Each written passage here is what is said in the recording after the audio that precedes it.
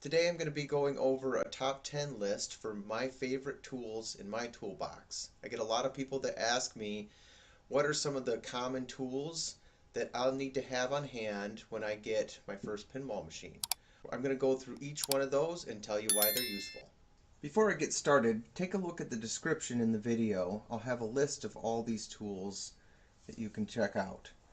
First up is a multimeter. You'll want a digital version that's capable of AC, DC voltage, as well as continuity and resistance. If you call me up for troubleshooting, a lot of times I'm going to ask you to break out your multimeter and measure some voltages for me.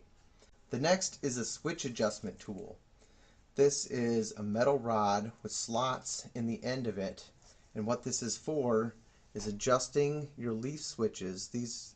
You can find these all throughout pinball, and they're used in your stand-up switches, slingshots, pop bumpers, you name it. What you do is you put the leaf blade at the bottom of the switch, and you can adjust the switch in or out depending on where it needs to be for the game. So if you have a stand-up target that is stuck closed like this, it will keep scoring those points. So you'll need to open that up a bit so it's not touching the other blade. Very useful tool. Next up is a telescoping magnet. This is very useful if you drop a screw on the playfield or in the cabinet, or if you have a stuck ball somewhere, you can get the ball out of a tight spot. A pair of needle nose pliers for general use.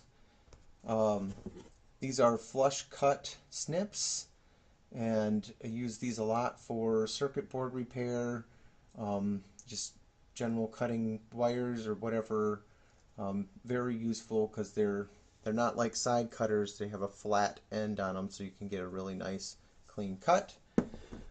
Next are a pair of wire strippers. These are pretty standard. They have some wire cutters in the end, as well as stripping different gauges of wire.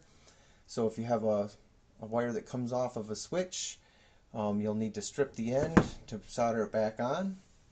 And then we'll have a solder kit. You can find a lot of these where they'll come with a soldering iron as well as solder and a stand. And a lot of times they'll have a solder sucker for board repair, but you'll want to have a pretty inexpensive one if you're going to be soldering a switch back on. Next is an adjustable wrench, pretty general use, fits every size that you'd really want, but obviously you'll probably have specific size wrenches in your existing toolbox, but it's nice to have that handy.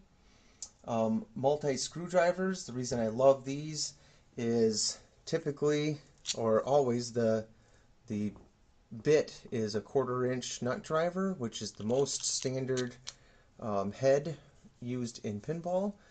And then if you have this kind that comes out, you have a 5/16, which is also a very common size in pinball.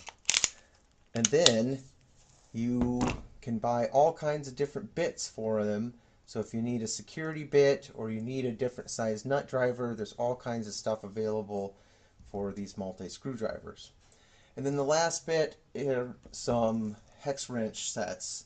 You'll find there's several Allen or hex wrench bolts in the game, so it's good to have a standard and metric set on hand.